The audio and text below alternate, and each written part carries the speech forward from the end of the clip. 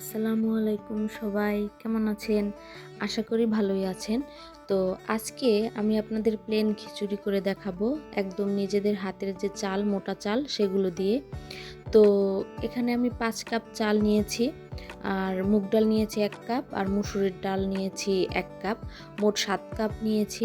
তো মুগ ডালটা একটু ভেজে আমি ভিজিয়ে রেখেছি, এদিকে চাল ভিজিয়ে রেখেছিলাম ধুয়ে, মুগ ডাল আর মুসুরির ডালও ভিজিয়ে রেখেছিলাম ধুয়ে সুন্দর করে মিক্সড করে নিয়েছি। এবার আমি একটি প্যানে পেঁয়াজ কুচি, কাঁচামরিচ কুচি দিয়ে ভালো করে একটু ভেজে নিব। পেঁয়াজটি যখন এরকম হালকা একটু ব্রাউন কালার চলে আসবে, তখন আমি এর মধ্যে হাফ কাপ পরিমাণ পেঁয়াজ বাটা অ্যাড করে নিচ্ছি।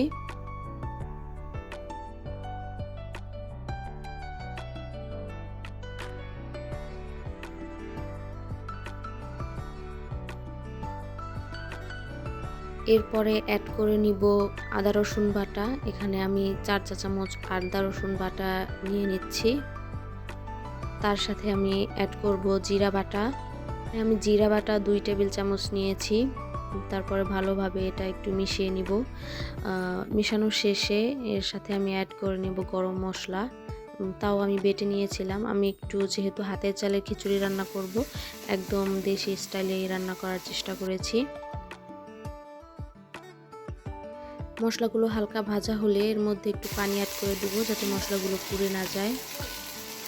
তার সাথে আমি অ্যাড করে দিচ্ছি 2 টেবিল চামচ লাল মরিচের গুঁড়া। এরপরে হলুদের গুঁড়া দিচ্ছি 3 থেকে 4 টেবিল চামচ। আমি আসলে কালারটা অত বেশিও আনবো না, একদম কমও না, ওরকম। আর যেহেতু আমি কাঁচামরিচ দিয়েছি, এজন্য লাল মরিচের গুঁড়াটা একটু কম দিয়েছি। আপনারা আপনাদের স্বাদ মতো দিয়ে নেবেন। এবার মশলাগুলো ভালোভাবে মিশিয়ে নিতে হবে। তার সাথে আমি লবণ দিয়ে নিব স্বাদ মতো। ভালোভাবে নেড়েচেড়ে মশলাগুলো একদম সুন্দরভাবে কষিয়ে নিতে হবে, যাতে এর কাঁচা যে একটা স্মেল থাকে সেটা যাতে না আসে। এরকম পর্যায়ে তেল উপরে উঠে আসলে আমি আগে থেকে ধুয়ে রাখা চাল ডালগুলোর মিশ্রণটি অ্যাড করে নিব। তারপরে আমি ভালোভাবে এগুলো নেড়ে মশলার সাথে মিশিয়ে নিব এবং একটু ভাজা ভাজা টাইপ করে নিব, যাতে করে ভালোভাবে একটা সুন্দর একটা ঘ্রাণ আসে।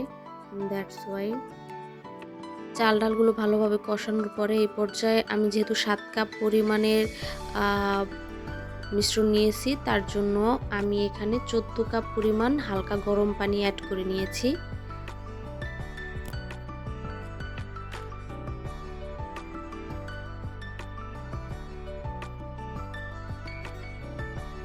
এ পর্যায়ে আমি ঢাকনা অ্যাড করে দিব। এরকম বলক চলে আসলে তারপরে আমি দমে রেখে দিব একদম সেদ্ধ হওয়া পর্যন্ত। মাঝে মধ্যে এরকম একটু নেড়েচেড়ে দিয়ে নিয়েছি, যাতে নিচে লেগে না যায়। পানি যখন এরকম শুকিয়ে আসবে, তখন আমি দমে রেখে দিয়েছিলাম 20 থেকে 25 মিনিটের জন্য। তারপরেই হয়ে গেল আমার খিচুড়ি।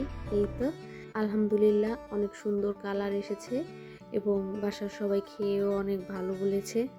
আজকে এই পর্যন্তই। টাটা। আপনাদের কেমন লেগেছে অবশ্যই কমেন্টস করে জানাবেন। আল্লাহ হাফেজ।